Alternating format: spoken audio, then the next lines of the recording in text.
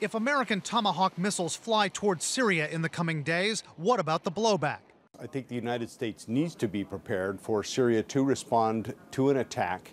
One of the things that they have available to them are Russian missiles. Commander Kirk Lippold knows what it's like to be in harm's way.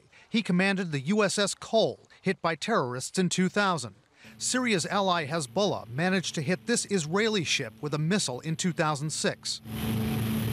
Top U.S. commanders say American ships will keep a safe distance. But what could also be in the Syrians' range, U.S. forces deployed in Turkey. Look how close the U.S. base at Incirlik is to the Syrian border, well within the Syrians' missile range.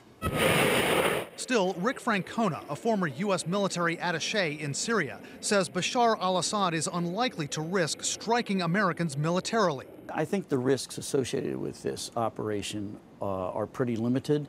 But there's an attack risk from forces other than Assad's military. To do something against an American interest, an American company, an American family, yeah, there are risks involved.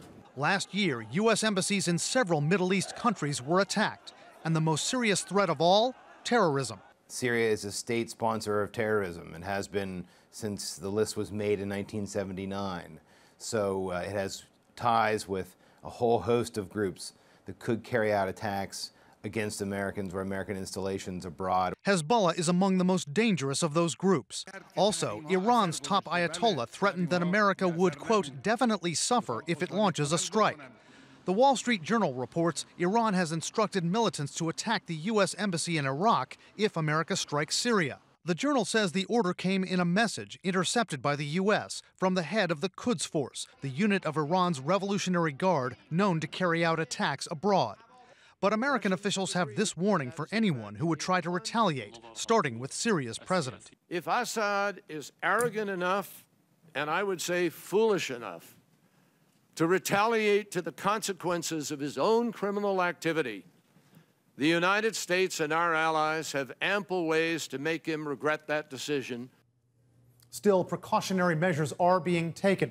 The U.S. has already evacuated some Americans from its embassy in Lebanon and told people in a consulate in southern Turkey to be vigilant. Joe.